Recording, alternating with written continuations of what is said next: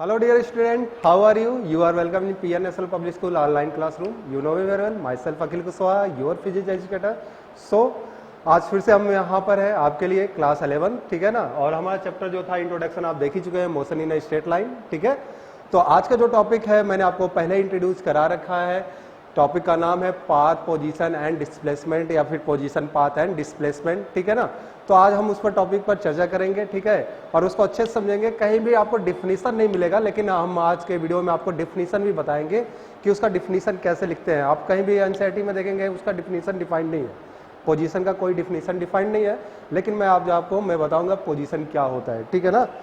कौन सा पोजीशन भाई, अमीरी और गरीबी वाला नहीं, फिजिक्स का पोजीशन, ठीक है ना, ठीक है। पोजीशन, पाथ और पाथ लेंथ, इसी को कहते हैं पाथ लेंथ एंड डिस्प्लेसमेंट, ठीक है। तो चलिए बात करते हैं पोजीशन, पाथ और पाथ लेंथ एंड डिस्प्लेसमेंट। ये हमारा आज का टॉपिक है जो हमको फिजिक्स में अच्छे से पढ़ना है। बहुत इंटरेस्टिंग टॉपिक है, ध्यान से पढ़िएगा, ठीक है ना। चलिए स्टार्ट करते हैं। तो फर्स्ट हमारा है पोजीशन। क्या होता है पोजीशन? देखो पोजीशन, जब हम बात कर रहे हैं पोजीशन वर्ड का, तो क्या आ रहा है माइंड में? क्या कुछ खलबली आ रहे हैं पोजीशन का नाम सुन के? क्या समझ में आ रहा है? पोजीशन क्या है? कोई स्थिति, किसी चीज का कहीं का ना कहीं लोकेशन, समझ रहे हैं आप लोग? कोई ना कोई लोकेशन होना चाहिए, ठीक है। तो सेम वही बात है। अभी हम मोटा मोटी क्या कहते हैं कि एज ए यूजुअल लाइफ में बात करेंगे पोजीशन, ठीक है ना। पोजीशन क्या है? जैसे कि हम कहीं रुके हुए हैं, कहीं रखे हुए, जैसे घर में कोई चीज आप रखे रहते हैं ना, जैसे टेबल पर बुक रखे रहते हैं तो आपको याद रहता है कि टेबल का पोजीशन कहाँ है और बुक का पोजीशन कहाँ है टेबल पे। तो सेम उसी कॉन्सेप्ट को यहाँ पर क्या करना है, अप्लाई करना है। टेबल पर क्या रखा हुआ है? बुक रखा हुआ है। तो बुक की पोजीशन आपको पता है, कैसे पता है? टेबल के किनारे रखा है, टेबल के बीच में रखा है, कि टेबल के कहीं और रखा है। ये होता है पोजीशन। यानी position can be understood as a location of an object. मोटा मोटी बातों में अगर हम समझ सकते हैं तो पोजीशन का क्या मतलब है?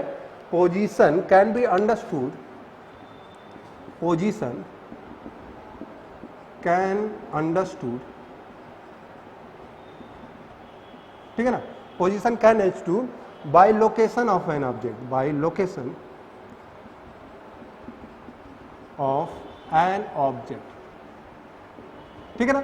किसी भी ऑब्जेक्ट का लोकेशन के हम क्या समझ सकते हैं? पोजीशन समझ सकते हैं। अगर सिंपली मैं कहूं कि पोजीशन क्या है तो आप क्या कहेंगे? कोई ऑब्जेक्ट कहीं रखा है, उसका लोकेशन, ठीक है ना। जैसे हम गूगल मैप पर, गूगल अर्थ पर हम कुछ भी पोजीशन देखना चाहते हैं तो क्या लैटिट्यूड लॉन्गिट्यूड यही दिखाता है ना।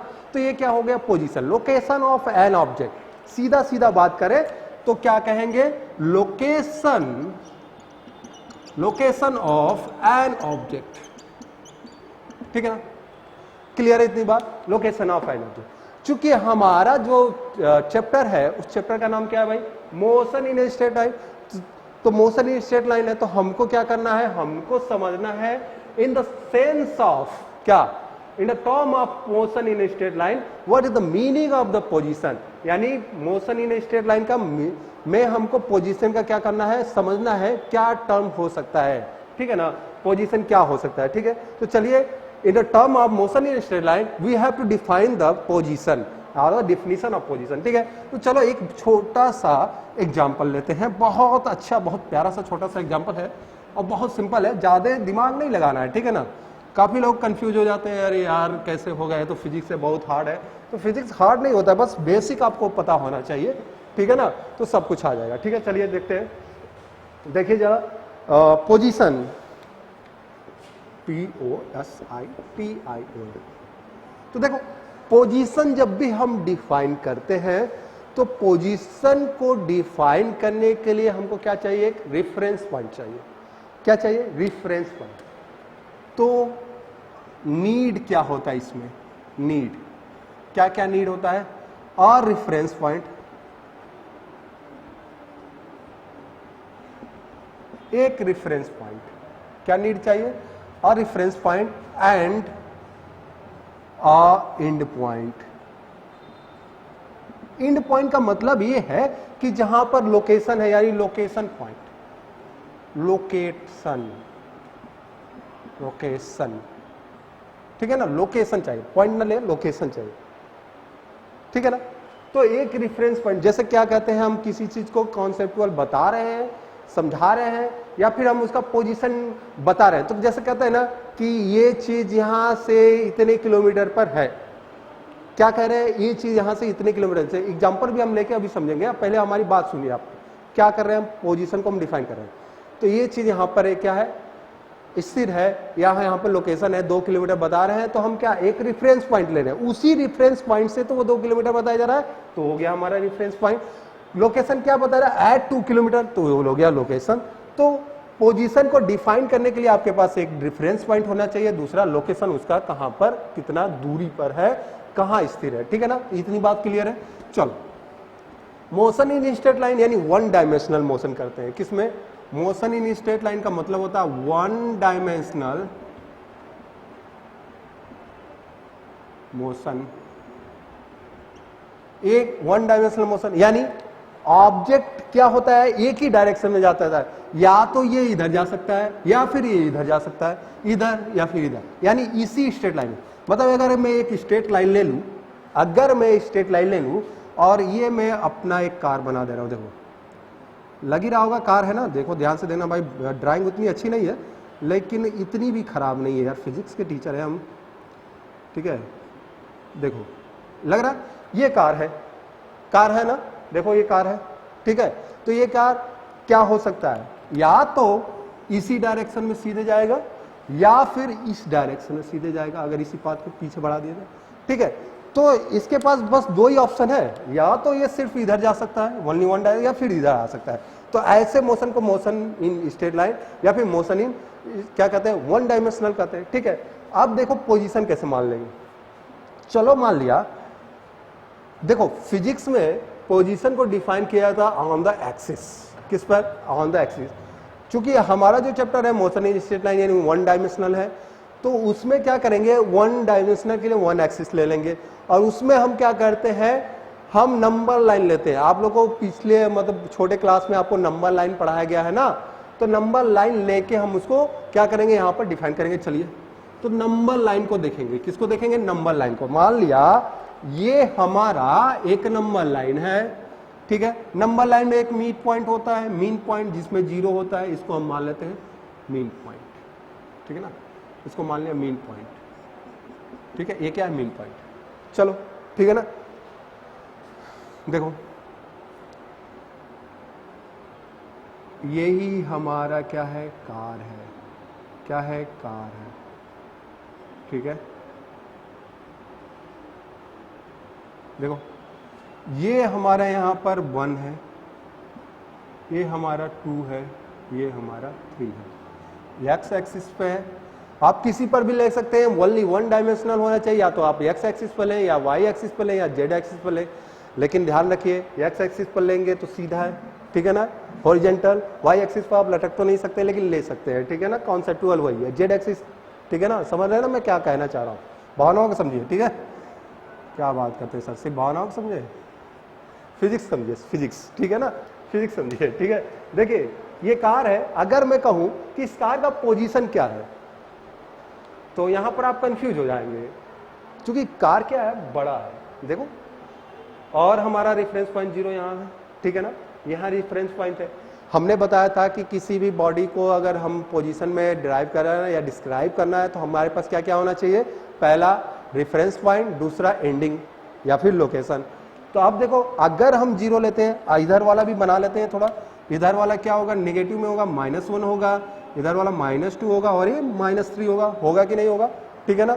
तो ऐसे में हम क्या करते हैं, पॉइंट ले लेते हैं, पॉइंट ऑब्जेक्ट को क्या करते हैं, कंसीडर कर रहे हैं।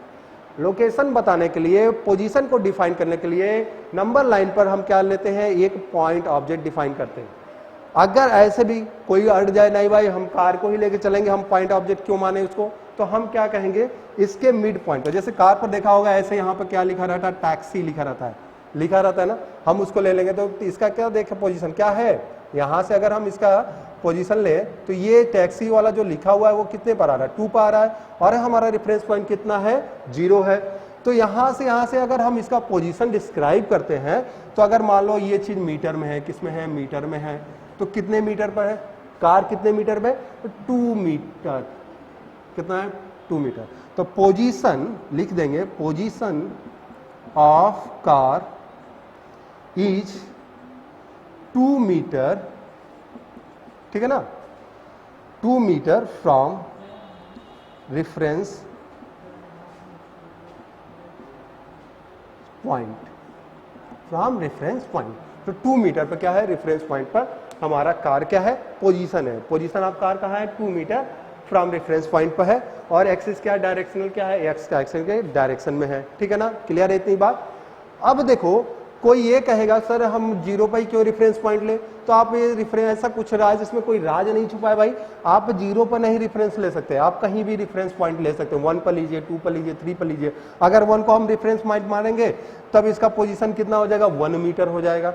2 को मानेंगे तो 2 पर ही है, तब वही रेफरेंस पॉइंट हो। मान लो 2 से ये 3 पर चला गया तो क्या होगा, 2 को रेफरेंस पॉइंट ले रहे हैं तो 3 क्या होगा, इसका एंड पॉइंट है, तो 2 से 3 कितना गैप है, 1 है, तो 1 मीटर ही इसका क्या होगा, पोजीशन होगा, रेफरेंस पॉइंट।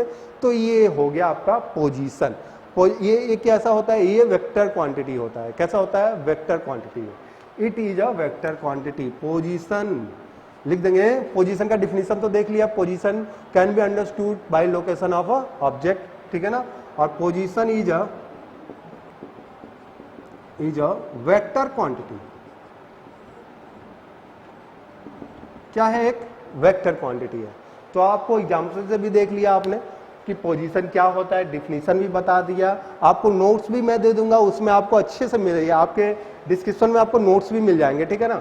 तो उसमें देखेंगे तो मेरे द्वारा हैंड रिटन नोट्स भी हैं, बहुत अच्छे से वहां पर डिफाइन है पोजीशन क्या है। बस आप वहां पर ये चीज क्या करिएगा, वीडियो को अच्छे से अंत तक देखिए, ठीक है ना, स्किप करके मत करिएगा, नहीं तो सब कुछ स्किप ही हो जाएगा, ठीक है ना।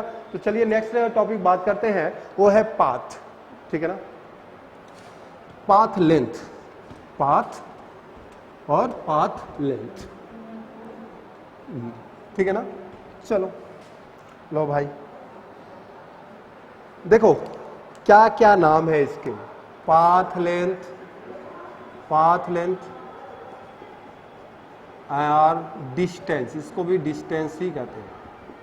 पाथ लेंथ और डिस्टेंस एक ही है, बोथ आर द सेम, दोनों में कोई अंतर नहीं है भाई, दोनों एक ही चीज है, नाम अलग अलग है, ठीक है ना।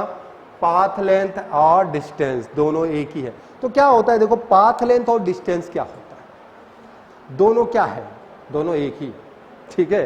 बार बार मैं कह रहा हूं, दोनों क्या है, एक है, सेम है, ठीक है। बातों सुनिए, पाथ लेंथ जो होता है या डिस्टेंस जो होता है, जैसे कैसे समझेंगे इसको, देखो दिमाग में खलबली आ रहा होगा यार, path length distance, path length distance, तो इसको सीधे सीधे, लेंथ का मतलब क्या होता है भाई, लेंथ का मतलब क्या होता है, लेंथ लेंथ जल्दी बोलो, ठीक है। लेंथ का मतलब क्या होता है, लंबाई। क्या होता है लंबाई, क्या होता है लंबाई, लंबाई का मतलब क्या हो गया, दूरी, दूरी कह सकते हैं।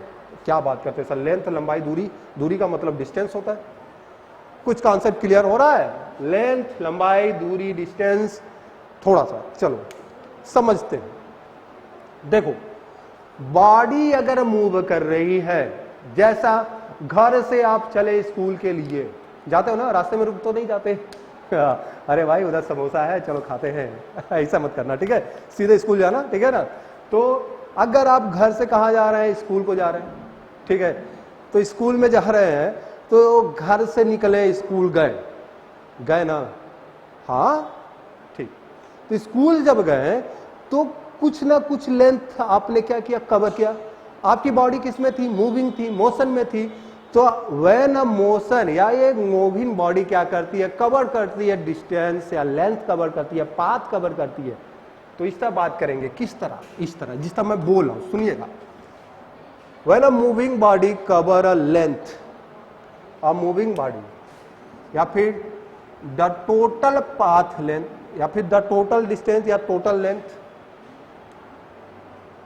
कैसे कैसे कैसे कैसे, देखो देखो, द टोटल, ठीक है ना, length, length cover by a moving body, body is called path length, it's called path length or distance, और डिस्टेंस, ठीक है ना।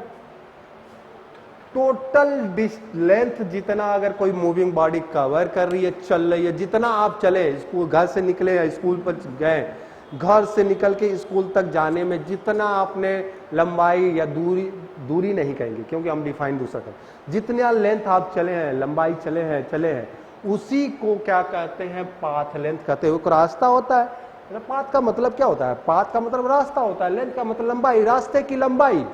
क्या मतलब? पाथ लेंथ, रास्ते की लंबाई क्या कहलाती है? पाथ लेंथ कहलाती है। या फिर क्या कहलाएगी? डिस्टेंस कहलाएगी। क्या कहलाएगी? The total length cover by a moving body, किसी चलते हुए।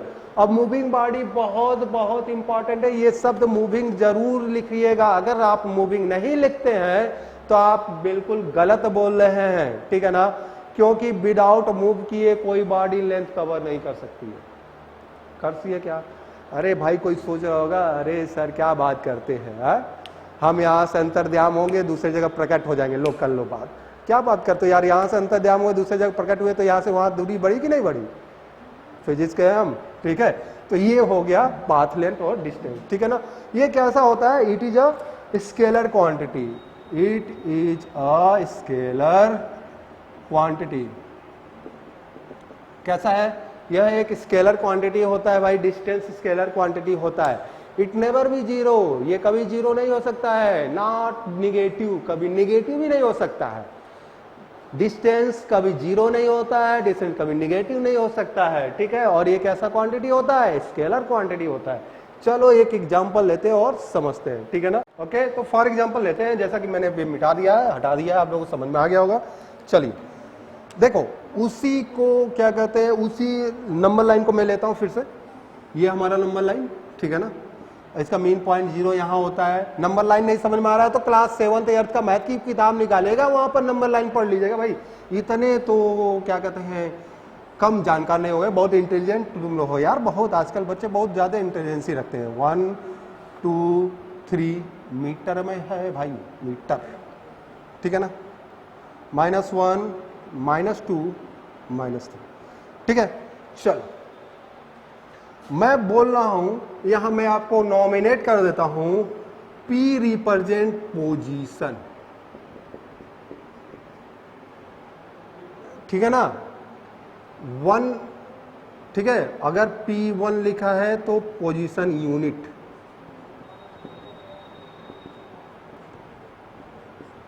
ठीक है ना, पोजीशन यूनिट लिखा है। ये P1 का मतलब कितना यूनिट पर बात कर रहा है।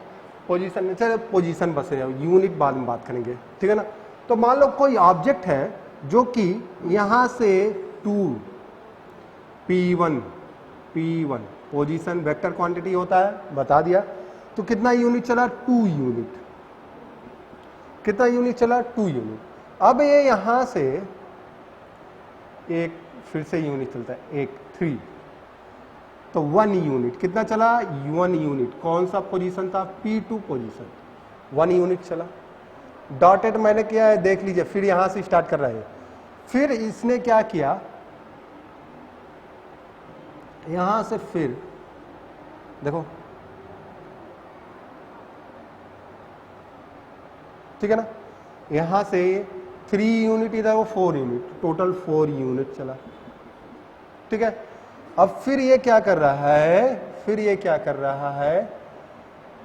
यहां से फिर ये अपनी दूरी स्टार्ट करता है, फिर से जर्नी, और 1 यूनिट फिर से चलता है, ठीक है। तो कितना चल रहा है? फिर से 1 यूनिट। हाँ, तो ये था P2, ये था P3 और ये था P4, ठीक है। P किसको रिप्रेजेंट कर रहा है? तो पोजीशन को। ये बॉडी जो है, जो भी चल रही है, हम इसमें तो दिखा नहीं सकते भाई, ये हमारा क्या है? बोर्ड है, ठीक है ना। तो ये बॉडी चल रही है ना। तो देखो, अरे भाई मानो चल रही है, P1 P2 P3 P4, position ही तो रिप्रेजेंट कर रहा है। मूविंग बॉडी है। कैसी बॉडी है? मूविंग बॉडी है। तो 0 से स्टार्ट हो रही है। कहां से स्टार्ट हो रही है? रेफरेंस पॉइंट 0 से। 0 से पहला पोजीशन इसका 2 यूनिट का, फिर दूसरा पोजीशन इसका 1 यूनिट चली, फिर तीसरा पोजीशन इसने 4 यूनिट चला, फिर चौथा पोजीशन इसने 1 यूनिट चला। तो पोजीशन कितना होगा, पाथ लेंथ कितना होगा, यही तो हमको जानना है। पाथ लेंथ क्या कहता है, total length cover by a body, by a moving body, यही कहता है ना। तो टोटल क्या देखो, पहला P1 plus P2 plus P3 plus P4, इतना ही पोजीशन तो इसके पास है टोटल चलने का पोजीशन। P1 कितना चला है भाई, 2 यूनिट। P2 कितना चला है, 1 यूनिट। P3 कितना चला है, 4 यूनिट। और P4 कितना चला है, 1 यूनिट चला ना। टोटल पाथ लेंथ कितना, 2 1 3 हो गया, 3 4 5 कितना हो गया, 3 4 5 नहीं, 2 1 3 हो गया, 3 4 7 हो गया, 7 1 से 8 हो गया। तो 8 यूनिट पाथ लेंथ कितना हो गया, पाथ लेंथ 8 यूनिट है ना, बहुत सिंपल है भाई। देखो path length total length cover by moving body कितना चला, देखो इसमें ये स्केलर क्वांटिटी है, डायरेक्शन डजंट मैटर, डायरेक्शन कोई मतलब ही नहीं रखता यहाँ पे, ठीक है ना। तो इसमें डायरेक्शन का कोई मतलब नहीं है, ठीक है। तो देखो ये इधर, ये इधर, इधर इधर इधर, टोटल यहाँ से स्टार्ट किया, इधर फिर इधर फिर इधर, यहाँ आ गया एंड पॉइंट। तो सबको मिला के क्या कर देंगे, जोड़ देंगे, तो जितना इसने कवर किया लेंथ वो हमारा क्या कहलाएगा, पाथ लेंथ या फिर डिस्टेंस कहलाएगा। क्या कहलाएगा, पाथ लेंथ या डिस्टेंस। तो मैं समझ रहा हूँ आप लोगों को समझ में आ गया होगा। चलिए एक और छोटा सा टॉपिक बचा है, वो है डिस्प्लेसमेंट, उसको भी समझ लेते हैं। डिस्प्लेसमेंट क्या होता है, चल भाई बहुत फिजिक्स पढ़ा हमने, ठीक है। ये शायद क्लास 9th में आप लोग को पढ़ाया गया होगा। थोड़ा सा अगर आप दिमाग पर जोड़ देंगे तो वहां पर भी पहला चैप्टर मोशन ही है ना, वहां पर भी पढ़ाया गया है। यहाँ पर भले तीसरा है, वहां पर पहला है, ठीक है ना। तो चलिए स्टार्ट करते हैं। Motion in a straight line, sorry भटक जाते हैं हम कभी। डिस्प्लेसमेंट देखो वहां पर बताया गया डिस्प्लेसमेंट होता है सीधा सीधा मतलब होता है final minus initial. General form में बात करें तो फाइनल माइनस इनिशियल, और डिफिनीशन की बात करें तो shortest distance between final and initial. तो क्या लिखेंगे, the shortest distance between final and initial position, ठीक है ना। It is a vector quantity, it is a vector quantity.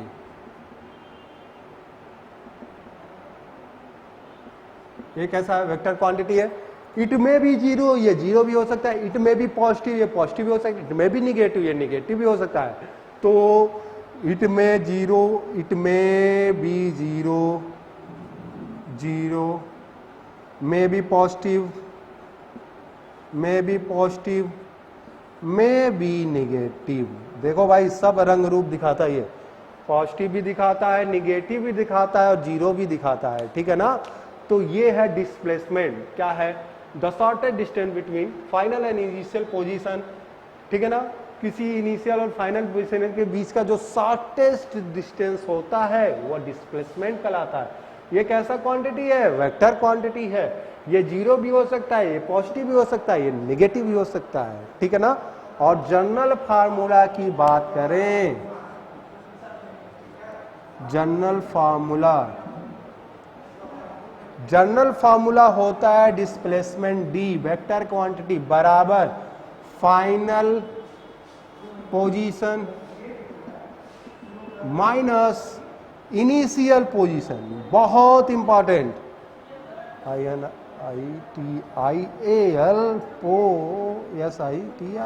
Position, बहुत इंपॉर्टेंट। डिस्प्लेसमेंट इक्वल टू होता है final position minus initial position, ठीक है ना। ये बहुत इंपॉर्टेंट आपका क्या है, पॉइंट है, इसको याद रखिए। ये आपको हेल्प करेगा किसी भी क्या कहते हैं न्यूमेरिकल वैल्यू को सॉल्व करने में, ठीक है ना। तो ये था आपका डिस्प्लेसमेंट। चलिए एक छोटा सा एग्जांपल देख लेते हैं डिस्प्लेसमेंट का, ठीक है।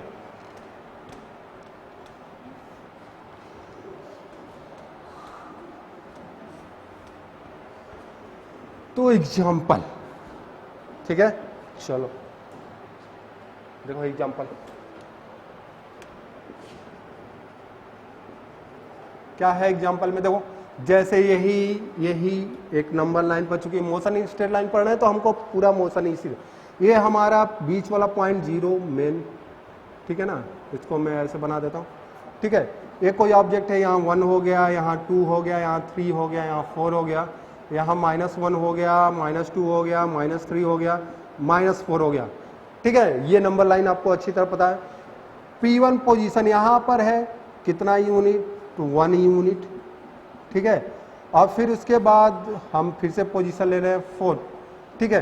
तो कितना यूनिट, यहाँ P2 पोजीशन है, कितना यूनिट, तो ये हो गया 3 यूनिट, ठीक है। फिर यहाँ से ये चलता है, फिर इधर आ जाता है, कितना 3 तक आता है। तो 1 2 3 4 5 6 7 यूनिट इधर आ जाता है, ठीक है। और ये हमारा P3 पोजीशन, सब पर वेक्टर फॉर्म लगा है, ठीक है ना। तो P1 1 यूनिट, 3 यूनिट, 7 यूनिट है। अगर हम डिस्प्लेसमेंट, तो फाइनल डिस्प्लेसमेंट का क्या है, फाइनल पोजीशन कितना है, 7 यूनिट, ठीक है ना। फाइनल लिख देते हैं, फाइनल पोजीशन कैसे निकालें, माइनस इनिशियल पोजीशन, यही है। तो फाइनल पोजीशन हम देख रहे हैं कितने पर, -3 पर है, तो -3, ठीक है ना। और इनिशियल कितना था, 0 था, कहाँ था, 0 से चला था ना, तो 0 -0 कितना हो गया, -3। इससे कोई फर्क नहीं पड़ता इसको कि क्या कहते हैं कि, सॉरी, ये फाइनल पोजीशन हमारा -3 पर है, ठीक है ना। अगर हम इससे बात करेंगे इनिशियल, तो ये डायरेक्शनल देखो इधर आया है, तो -3 पर आया, फाइनल पोजीशन -3 पर है, तो -7 यूनिट, सॉरी यहाँ पर -7 यूनिट ले सकते हैं। तो -7 यूनिट माइनस इनिशियल क्या है, 0। तो देखो कितना आ गया, डिस्प्लेसमेंट आ रहा है हमारा -7 यूनिट, कितना आ रहा है, -7 यूनिट। तो ये था हमारा डिस्प्लेसमेंट। एग्जाम्पल आपने देख लिया, ठीक है ना। तो इस तरह हम डिस्प्लेसमेंट को क्या करते हैं, कैलकुलेट कर सकते हैं। और ये था एग्जाम्पल। तो आई होप आपने ने समझा होगा पोजीशन क्या होता है, पाथ लेंथ क्या होता है, डिस्प्लेसमेंट क्या होता है, ठीक है ना। अगर आप इससे रिलेटेड नोट्स और न्यूमेरिकल असाइनमेंट चाहते हैं तो हमारे गूगल ऐप को डाउनलोड करिए, जिसका नाम है गूगल क्लासरूम ऐप। उसको डाउनलोड करिए, डिस्क्रिप्शन में दिए गए कोड का यूज करिए, क्लास को ज्वाइन करिए, ठीक है। वहां आपको सारी चीजें आपको वहां पर क्या होगी, अवेलेबल हो जाएंगी। Thank you.